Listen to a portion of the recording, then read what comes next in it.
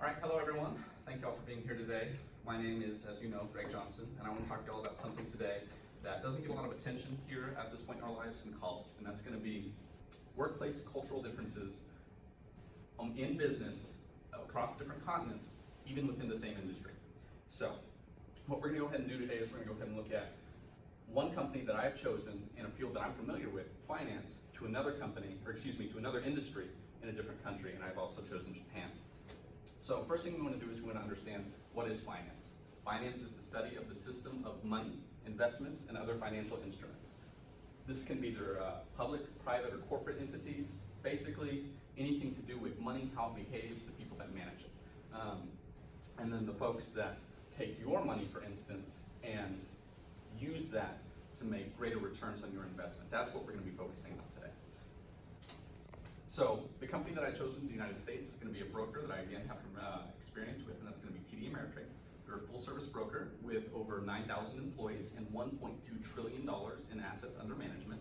What that means is that they have $1.2 trillion from not only their own funds, but funds of depositors or customers, clients who put their money in, trusting them to go ahead and manage that for them and then yield them a greater return.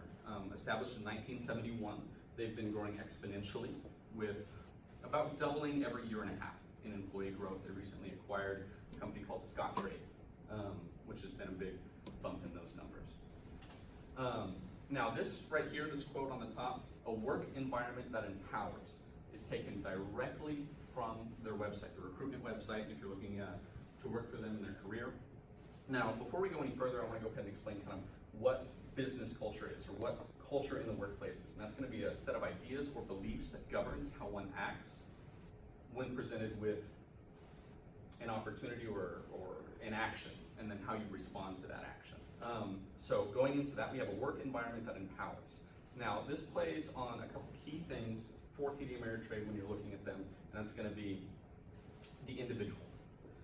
People want to work for this company because they think that it will make them better off as an individual, as a person within that company, which is a huge trait that American business cultures have. Now, again, this is just from their website, so they're trying to sell to you, the potential employee. So let's look at the bottom two quotes right there. We're from Glassdoor, which is a website that reviews companies that you want to work for. You can go ahead and take a look at them. And these were the top two traits that TD Ameritrade had. That's good work-life balance and flexibility, and good benefits, 401k, health insurance, paid time off, stuff like that.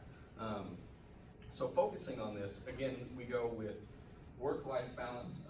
This is a little bit different actually from traditional American culture.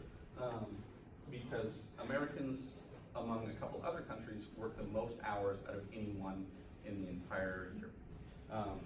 But TD Ameritrade kind of goes against the grain on that one, but I do think it's important that everyone understands what traditional American culture is. And then good benefits. Now this, again, is focused on the individual. Someone who wants to work for this company wants to benefit themselves the most. This means that the company, TD Ameritrade in this case, will have to align their goals with the goals of the employee for both of them to kind of improve themselves. So with that in mind, we're going to go ahead and look at the working culture of Japan.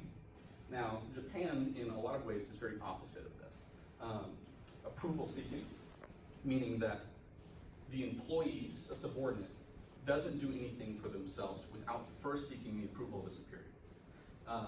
Here in America, we like to take initiative to do things. We like to show that we know what we're talking about and innovate. In Japan, this is a little less popular. In fact, it's probably more frowned upon, as there's a high power distance in Japan, meaning that there's a lot of space between positions. So if you're a subordinate, you don't do anything that your superior doesn't know about or you're not directly assigned to do. Focused on the group, again, opposite of what we do here in the United States. They derive their self-worth, their honor, their focus from the success of their organization or their company. Whereas here in America, we might sit down with some folks at a dinner party and be like, hey, I did this, that, and the other. Whereas in Japan, they'll say, hey, I work for this company, and they're known for this, that, and the other. And then lastly, on this slide, they're going to be more formal, meaning here in America, even in the finance industry, We tend to go a little bit more business casual, you know, jeans and a polo, slacks and a polo, or what I'm wearing right now, short sleeves and brighter shirt. They do typically the more neutral colors. So, in summary, we're gonna go ahead and compare and contrast the two side by side. So TD Ameritrade, again, not necessarily an example of all of the American work culture, but good work-life balance. They work less hours and typically have more time off to focus on their family. Whereas in Japan, they have longer hours and fewer breaks. More formal in Japan, less formal here. And then individualistic here for the United States, meaning, again, we focus on ourselves. We try to rise ourselves up. We're very short-term focused, short-term mentality. Whereas Japan focuses on the group. That's a long-term mentality. They seek to see growth that way. Again, in the United States, you gotta be a self-starter if you wanna get ahead. In Japan, you seek the approval of a superior. Now I do wanna say that this right here was pulled from an article from Business Insider. Quote right there. And then lastly, that is research data from a Japanese scholar whose name I am not going to try to pronounce. But anyway, thank you all so much, and I do hope this has given you a little bit more insight on some of the differences in culture just among this one industry, finance, but also as it relates to the larger business environment.